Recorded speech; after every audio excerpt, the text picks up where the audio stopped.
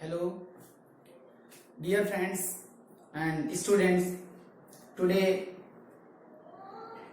welcome in my YouTube channel once again. Today, I am going to tell about interrogative sentence.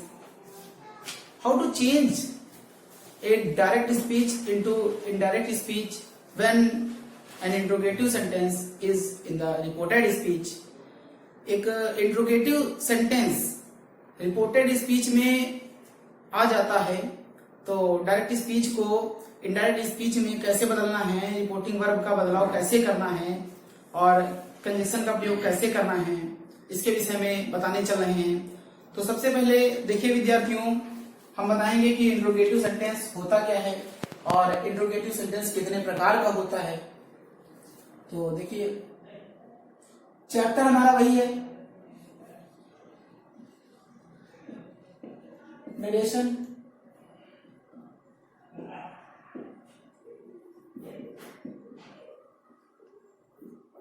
और ये part 5 है।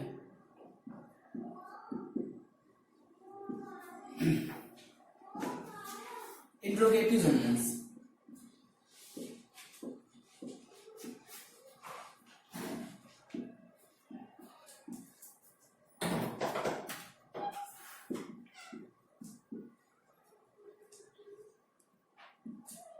हिंदी में इसे प्रश्नवाचक वाक्य कहते हैं।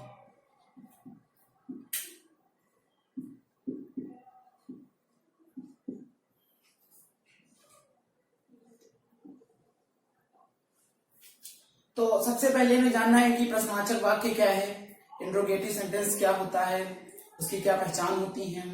तो देखिए, a sentence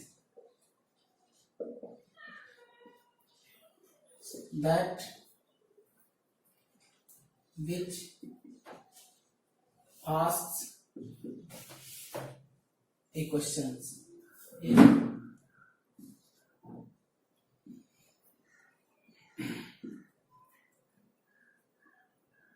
is called and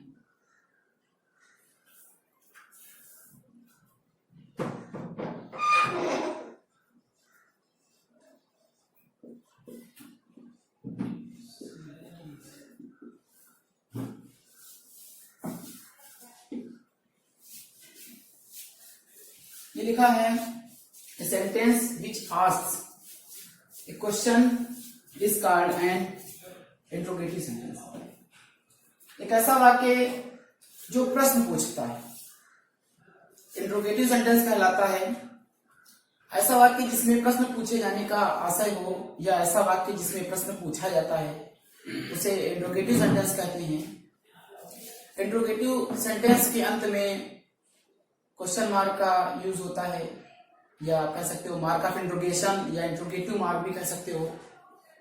तो अब बात आती है कि काइंड्स ऑफ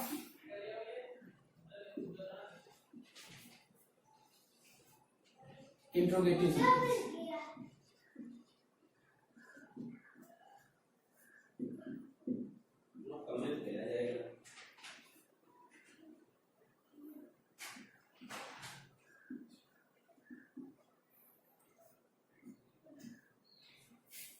तो देखिए, इंट्रोगेटिव सेंटेंस कितने प्रकार का होता है। तो इंट्रोगेटिव सेंटेंस 2 टाइप का होता है। पहला होता है SR नो टाइप, इसे टैग सेंटेंस भी कहते हैं और इसे सिंगल इंट्रोगेटिव सेंटेंस भी कहते हैं और इसे हेल्पिंग वर्ब से स्टार्ट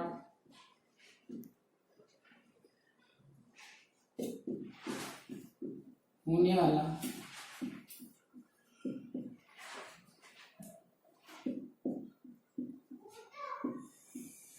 सेंटेंस भी कहते हैं। एसआर नो टाइप सेंटेंस भी कहते हैं, टैग सेंटेंस भी कहते हैं, सिंगल इंट्रोगेटिव सेंटेंस भी कहते हैं और हेल्पिंग वर्ब से स्टार्ट होने वाला इंट्रोगेटिव सेंटेंस भी कहते हैं। इसमें सबसे पहले होता यह है कि सबसे पहले वर्ब होती है,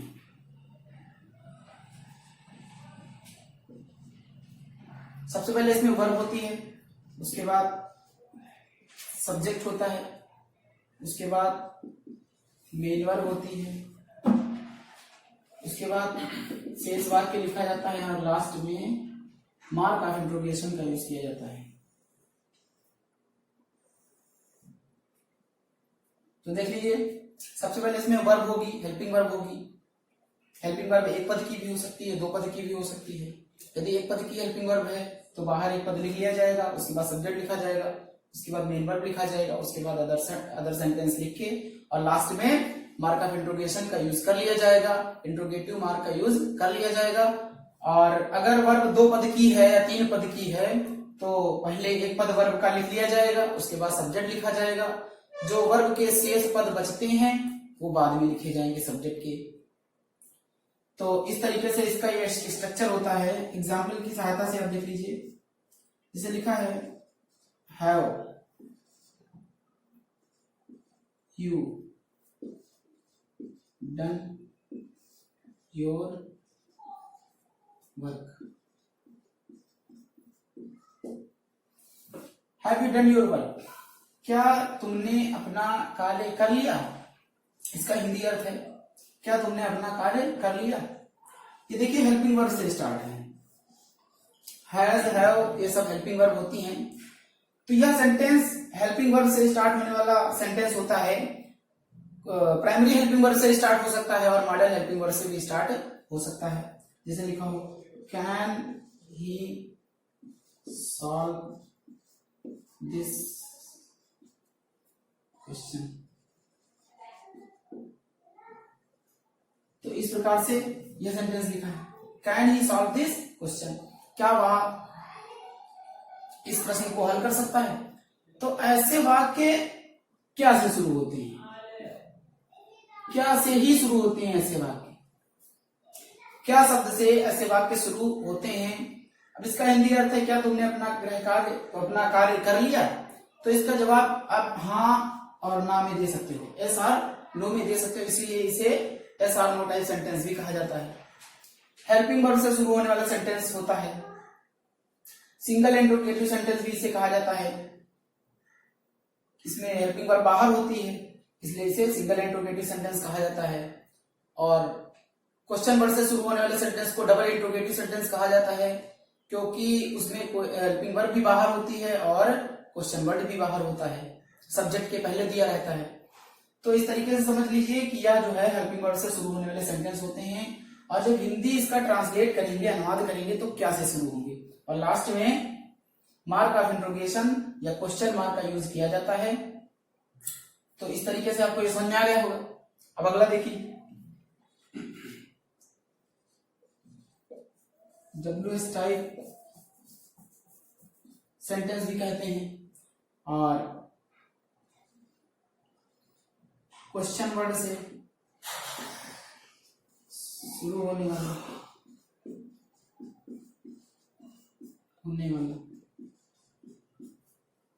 और इसे डबल इंट्रोगेटिव सेंटेंस भी कहते हैं।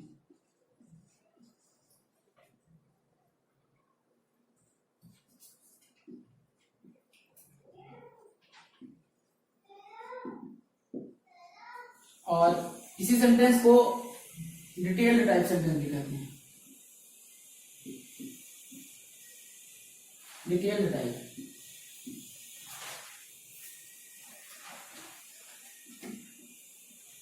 तो देखिए इस सेंटेंस को WH टाइप सेंटेंस भी कहते हैं, क्वेश्चन वर्ड से शुरू होने वाला वाक्य भी कहते हैं, डबल इंट्रोगेटिव सेंटेंस भी कहते हैं और डिटेल्ड टाइप सेंटेंस भी कहते हैं।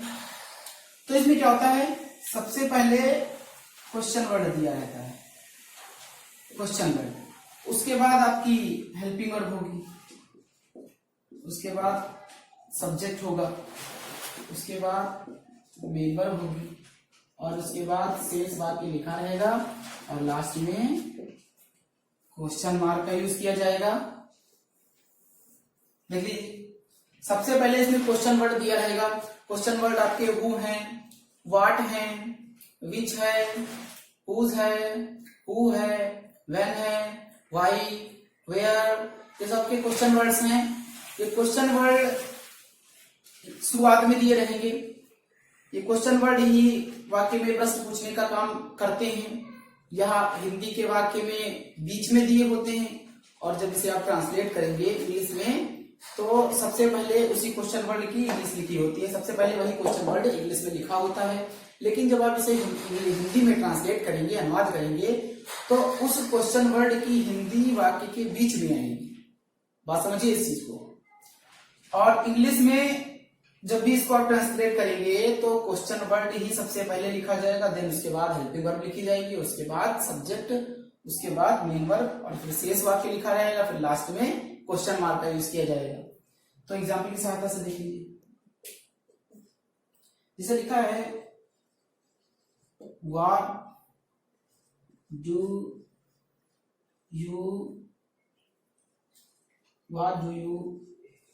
Want to do. ठीक है, लिखा है what do you want to do, तुम क्या करना चाहते हो। देखिए जो ये क्या शब्द है ये इंग्लिश में शुरुआत में आया हुआ है और जब इसे हम हिंदी में ट्रांसलेट कर रहे हैं तुम क्या करना चाहते हो, तो तुम के बाद क्या शब्द आ रहा है। कहने का मतलब है कि यह जो क्या शब्द है यह वाक्य के बीच में आ रहा है, ना तो लास्ट में ना तो पहले, और मार्क ऑफ इंट्रोगेशन का यूज किया गया है। तो इस सेंटेंस में जो वाट है क्वेश्चन वर्ड है जो कि सेंटेंस के बिल्कुल स्टार्टिंग में है, शुरुआत में है, उसके बाद वर्ब है, उसके बाद सब्जेक्ट है, उसके बाद मेन वर्ब है। ये वांट हमारी मेन वर्ब है और डू जो है हमारी हेल्पिंग वर्ब है। यहाँ पर एक चीज और सीख लीजिए कि जो डू वर्ब है यह हेल्पिंग वर्ब भी है और मेन वर्ब भी है। यह डू जो है प्रेजेंट इंडेफिनिट टेंस की हेल्पिंग वर्ब है और डू भी सूत्र करना यह मेन वर्ब भी है। इसकी 5 अवस्थाएं भी हैं। अगला एग्जाम्पल और देख लीजिए, जैसे लिखा है why are you going there.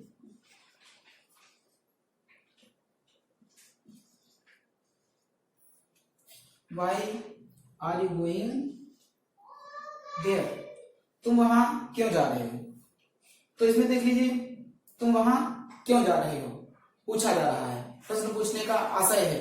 और वाई जो है क्वेश्चन वर्ड है, स्टार्टिंग में दिया है, लास्ट में इंट्रोगेटिव मार्क दिया है, क्वेश्चन मार्क दिया है। इसमें पूछा जा रहा है कि तुम वहां क्यों जा रहे हो। तो जब ये किसी से पूछा जाएगा तुम वहां क्यों जा रहे हो तो इसका आंसर आप यस और नो में नहीं दे सकते।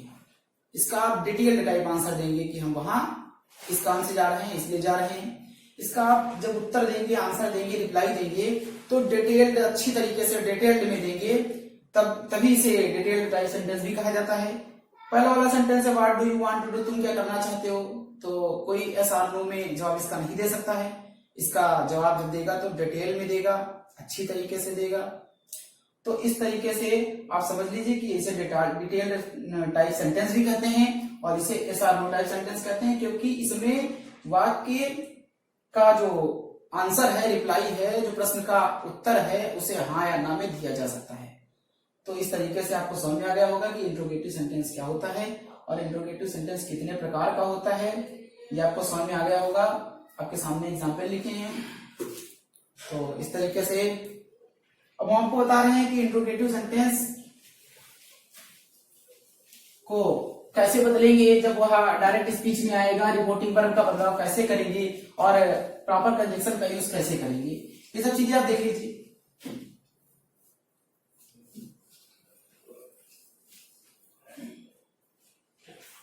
तो देखिए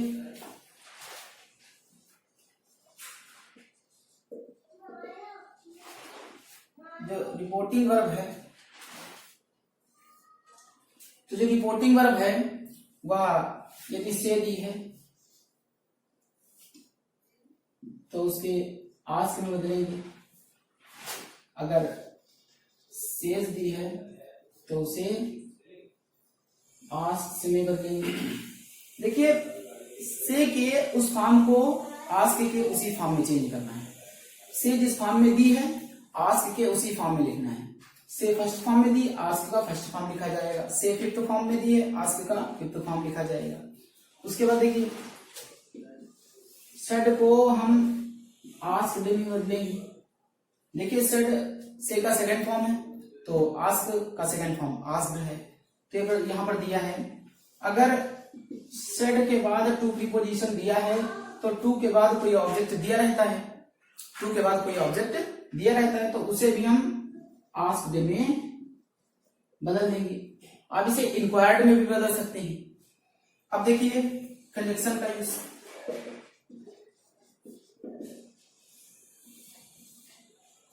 कंजक्शन का यूज दो तरीके से होता है।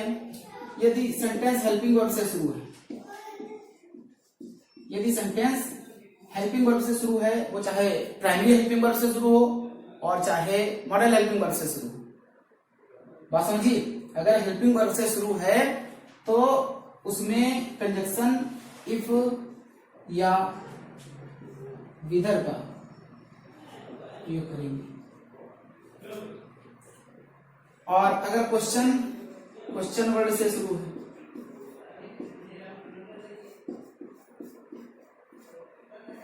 क्वेश्चन वर्ड से शुरू है तो सेंटेंस में आया हुआ क्वेश्चन वर्ड ही कंजक्शन बना लिया जाएगा।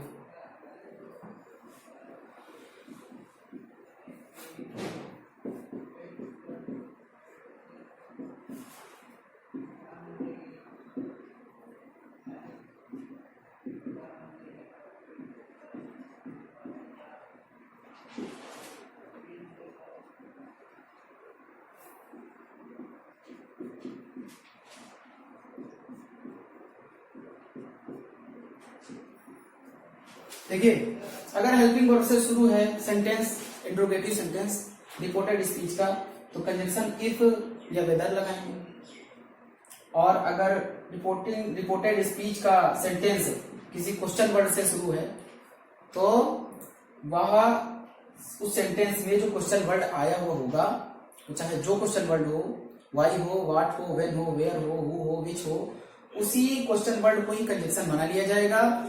और एक चीज पर आपको विशेष ध्यान देना है कि जब डायरेक्ट सेंटेंस दिया होगा रिपोर्टेड स्पीच में, तो उसमें लास्ट में क्वेश्चन मार्क का यूज होगा।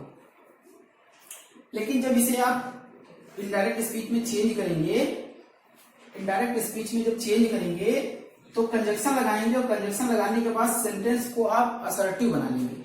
असर्टिव बनाने के बाद क्वेश्चन मार्क हट जाएगा, फुल स्टॉप का यूज होगा। यह चीज ध्यान रखनी है। एक और बहुत ही ध्यान देने वाली चीज है, देखिए जो व्हाट और हाउ है ये हमारे क्वेश्चन वर्ड हैं।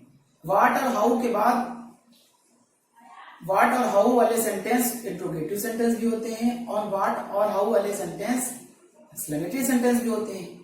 पहचान यह होती है कि यदि हाउ या व्हाट के बाद, हाउ या व्हाट के बाद कोई वर्ब दी है, कोई वर्ब है, और फिर उसके बाद लास्ट में क्वेश्चन मार्क लगा हुआ है, वह हाउ या व्हाट के बाद कोई वर्ब दी है, तुरंत वर्ब दी है, और उसके बाद शेष वाक्य लिखा है, लास्ट में क्वेश्चन मार्क लगा है, तब तो ये आपका इंट्रोगेटिव सेंटेंस हो जाएगा। बात समझिए, तो यहां इंट्रोगेटिव सेंटेंस हो जाएगा। लेकिन अगर हाउ या व्हाट के बाद, हाउ या व्हाट के बाद कोई नाउन है या एडजेक्टिव दिया है,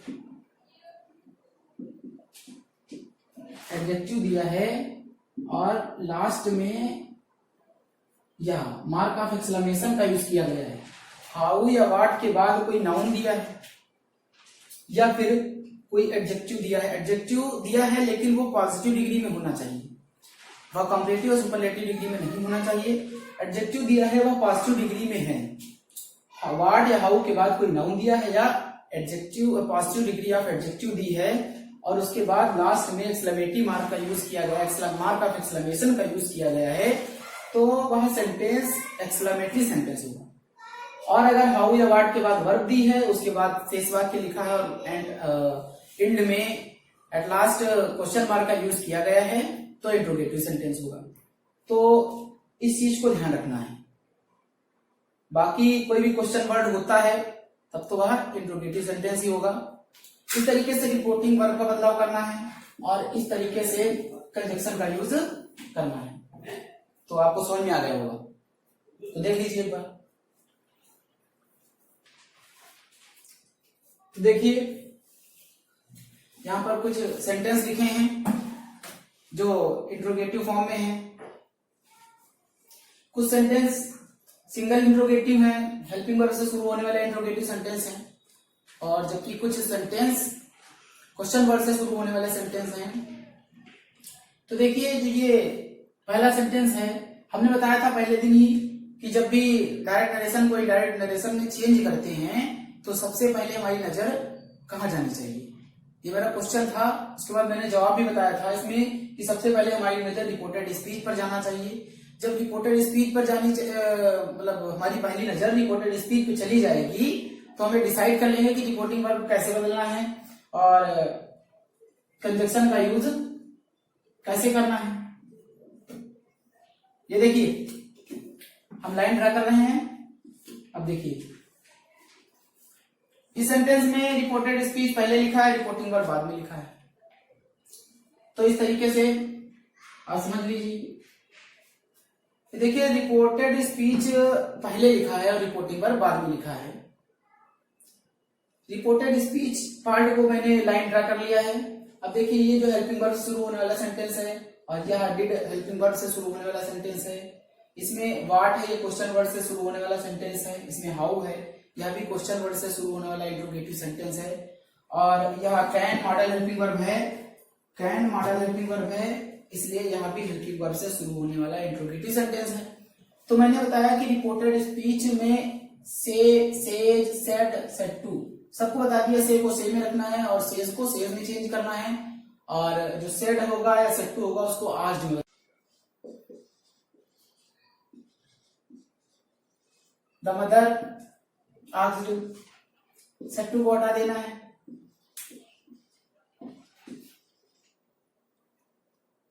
उसके बाद देखिए ये जो इंट्रोगेटिव सेंटेंस है सिंगल इंट्रोगेटिव सेंटेंस है। और बताया मैंने कि सिंगल इंट्रोगेटिव सेंटेंस में इफ कंजक्शन का यूज करेंगे। इफ कंजक्शन लग गया है यहाँ पे। उसके बाद देखिए ये सेकंड पर्सन प्रोनाउन है यू।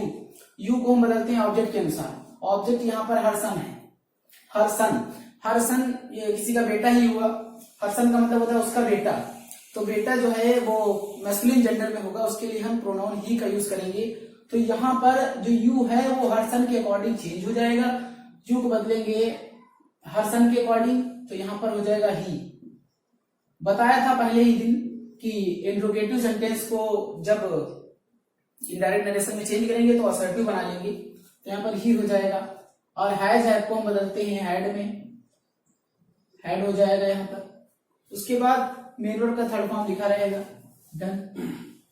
उसके बाद जो यूर है, ये यू का पॉजेसिव केस है, इसे बदलेंगे ऑब्जेक्ट के अनुसार। ऑब्जेक्ट यहाँ पर हरसन है, ऑलरेडी आपने ही मान लिया है, ही मानेंगे ही क्योंकि ये मैस्कुलिन जेंडर में है। तो हमने बताया कि यहाँ पर अगर पॉजेसिव केस दिया है रिपोर्टेड स्पीच में तो इसका पॉजेसिव केस ही लिखेंगे। यदि रिपोर्टेड स्पीच में ऑब्जेक्टिव केस दिया है तो इसका ऑब्जेक्टिव केस लिखेंगे। यदि रिपोर्टेड स्पीच में इंफेटिक पॉजेसिव केस या रिफ्लेक्सिव केस लिखा है तो इसका इंफेटिक पॉजेसिव केस या रिफ्लेक्सिव केस लिखेंगे। तो योर यू का पॉजेसिव केस है, इसलिए यहाँ पर हर से के अकॉर्डिंग मैंने ही प्रोनाउन चूज किया और ही प्रोनाउन का पॉजेसिव केस हिज होगा, तो हो जाएगा हिज होमवर्क। इस प्रकार फुल स्टॉप का यूज कर लेंगे और क्वेश्चन मार्क को रिमूव कर देंगे, उसको हटा देंगे। तो यहां पर देखिए अगला सेंटेंस, द फादर सेड। तो देखिए the father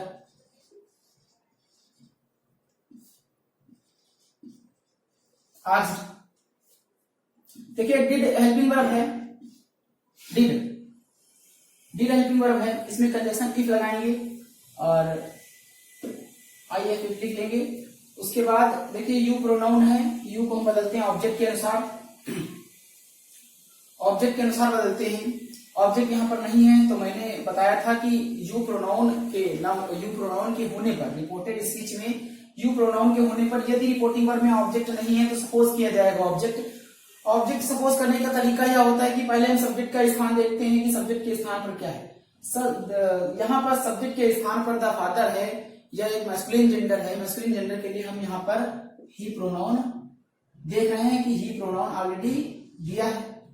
he pronoun already दिया है तो इसका ऑब्जेक्टिव केस हम हिम नहीं मान सकते हैं। यहाँ पर ऑब्जेक्टिव केस हम वी मान सकते हैं, देम मान सकते हैं, हर मान सकते हैं। बात समझिए इस चीज को। यहाँ पर सब्जेक्टिव केस के रूप में फादर दिया है, इसलिए हम ही सब्जेक्ट देख रहे हैं कि यहाँ पर ही सब्जेक्ट लिखा हुआ है। ऑब्जेक्टिव केस हम इसका सेम ऑब्जेक्टिव केस नहीं मान सकते हैं। ही का ऑब्जेक्टिव केस यहाँ पर हिम नहीं मान सकते हैं, हम मी मान सकते हैं, देम मान सकते हैं, हर मान सकते हैं। तो अगर यहाँ पर हम ऑब्जेक्टिव केस मी मान लेते हैं तो मी ऑब्जेक्टिव केस मानने के बाद जो मी का सब्जेक्टिव केस है वो लिखा जाएगा, क्योंकि यहाँ पर यू जो है सब्जेक्टिव केस में दिया हुआ है, क्योंकि यह मेन वर्ब के पहले है और बताया था कि यू की स्पेलिंग सेम होती है। यदि मेन वर्ब के पहले है तो वह सब्जेक्टिव केस है, यदि मेन वर्ब के बाद है तो वह ऑब्जेक्टिव केस है। तो यहाँ पर ये सब्जेक्टिव केस में दिया है, इसलिए मी का सब्जेक्टिव केस आई लिखेंगे। और यहाँ पर देखिए डिड हेल्पिंग वर्ब आई है, तो did helping verb past indefinite tense की होती है, इसको बदलते हैं पास्ट परफेक्ट टेंस में। तो यहाँ पर हैड प्लस थर्ड फॉर्म लिखेंगे, आई हैड और गो का third form gone to school, today का थर्ड डे। इसके बाद देखिए Anil said, Anil said to का हो जाएगा आस्क्ड, सेड टू का हो जाएगा आस्क्ड। इसके बाद मी हो जाएगा। अब कंजक्शन लगाएंगे। अब यहां पर फिर हम इफ कंजक्शन नहीं लगाएंगे, क्योंकि रिपोर्टेड स्पीच में जो सेंटेंस लिखा है वह इंट्रोगेटिव सेंटेंस है और डबल इंट्रोगेटिव सेंटेंस है, किसी क्वेश्चन वर्ड से शुरू हो रहा है, इसलिए यहाँ पर वाट को ही हम कंजक्शन बनाएंगे।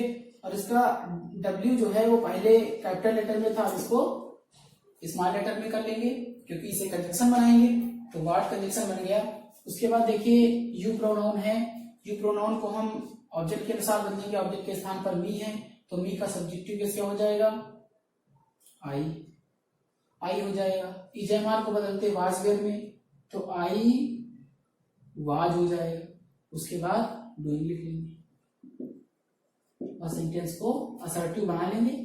और यहाँ पर मार्क ऑफ इंट्रोगेशन लगा हुआ था, अब यहाँ पे फुल स्टॉप का यूज करेंगे। उसके बाद देखो I said to Vishnu how did you cross the river yesterday. तो यहाँ पर देखिए आई सेड टू को किस में चेंज करेंगे, आस्क्ड में। आस्क्ड में चेंज करने के बाद विष्णु लिख लेंगे।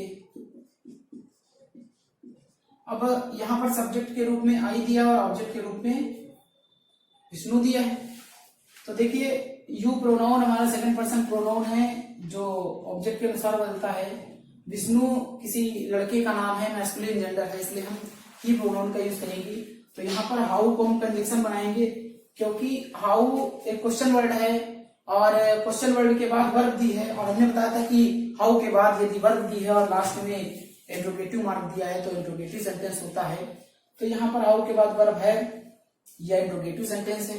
हाउ को कंजक्शन बनाएंगे, इसका एच जो है स्मॉल कर देंगे और यहाँ पर यू के लिए हम लिखेंगे ही। उसके बाद डिड हेल्पिंग वर्ब है पास्ट इंडेफिनिट टेंस की, पास्ट इंडेफिनिट टेंस को हम बदलते हैं पास्ट परफेक्ट टेंस में। वो जो बताया था 13, 24, ठीक है, पहले को तीसरे से।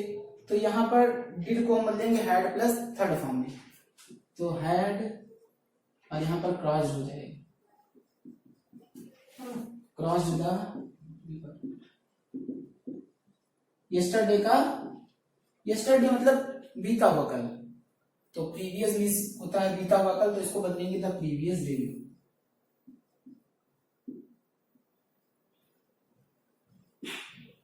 उसके बाद देखिए can Ram solve this question, the teacher said, अध्यापक ने पूछा क्या राम इस प्रश्न को हल कर सकता है। तो देखिए रिपोर्टिंग वर्ब बाद में लिखा हुआ है, रिपोर्टिंग वर्ब को पहले इधर लाएंगे। इनडायरेक्ट स्पीच में जब इसको चेंज करेंगे तो सबसे पहले रिपोर्टिंग वर्ब ही लिखेंगे। तो द टीचर सेड को बदलेंगे आस्क्ड में, उसके बाद देखिए ये हेल्पिंग वर्ड से शुरू होने वाला इंट्रोगेटिव सेंटेंस है, इसलिए कंजक्शन इफ का यूज करेंगे।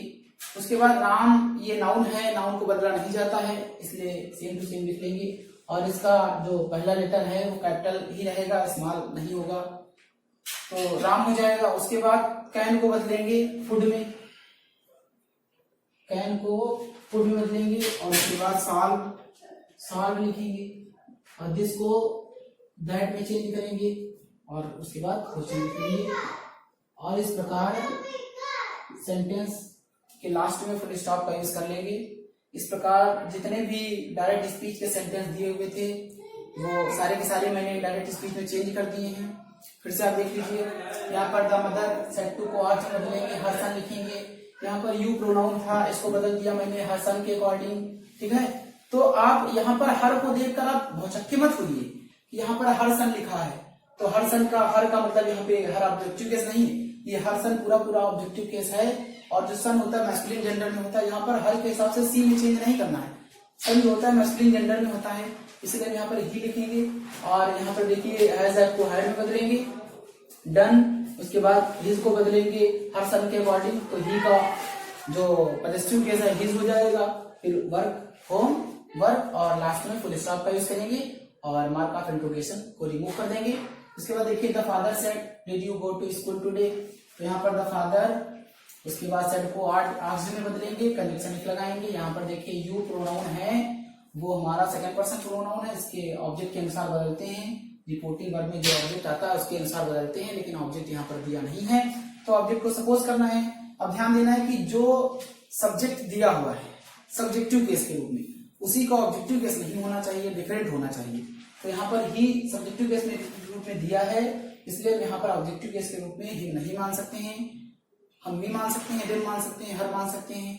तो हमने मी ऑब्जेक्टिव केस के रूप में मान लिया, तो मी का सब्जेक्टिव केस मैंने यहाँ पर आई लिख लिया और डिड प्लस फर्स्ट फॉर्म को बदलते हैं हैड प्लस थर्ड फॉर्म में, पास्ट इंडेफिनिट टेंस को पास्ट परफेक्ट टेंस में बदलते हैं, तो had gone to school today का दैट डे। उसके बाद देखिए Anil said to me what are you doing, तो अनिल सेड को बदलेंगे आस्क्ड में, उसके बाद मी लिखेंगे यहाँ पर, यू प्रोनाउन जो है ऑब्जेक्ट के अनुसार बदलता है, मी का ऑब्जेक्टिव केस मी का सब्जेक्टिव केस आई होता है, व्हाट को कंजक्शन बनाएंगे क्योंकि यह क्वेश्चन वर्ड से शुरू होने वाला इंट्रोगेटिव सेंटेंस है, व्हाट को कंजक्शन बनाकर आई लिखेंगे, फिर इजएमआर को वाज वेयर में, इस प्रकार सेंटेंस को चेंज करेंगे और लास्ट में फुल स्टॉप का यूज कर लिया जाएगा। उसके बाद लिखा है सेड टू को बदलेंगे आज में, उसके बाद लिखेंगे विष्णु।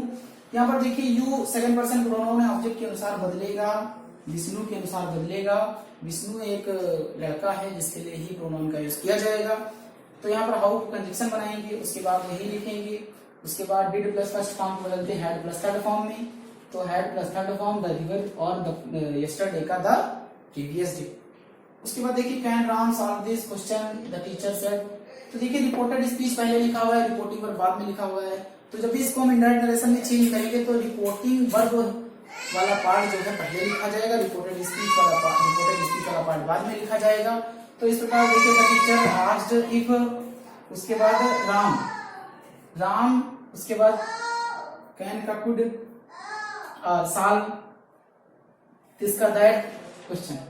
इस प्रकार हमारा वीडियो यहाँ पर समाप्त होता है और इंट्रोगेटिव सेंटेंस को इनडायरेक्ट स्पीच में कैसे बदलना है ये आपने अच्छी तरीके से सीख लिया है। फिर भी अगर कोई दिक्कत आती है तो आप कमेंट बॉक्स में लिखकर हमें सेंड करें और उसका सोल्यूशन हम आपको देंगे। और अगले वीडियो में हम बताएंगे कि इंपरेटिव सेंटेंस के होने पर किस प्रकार उसे इनडायरेक्ट स्पीच में बदलना है, और उसी वीडियो में हम बताएंगे कि लेट वाले सेंटेंसेस को इनडायरेक्ट स्पीच में कैसे चेंज करना है। आज यहाँ पर हमारा वीडियो समाप्त हुआ। मुझे आशा है कि आपको बहुत अच्छी तरीके से समझ में आ गया होगा। धन्यवाद।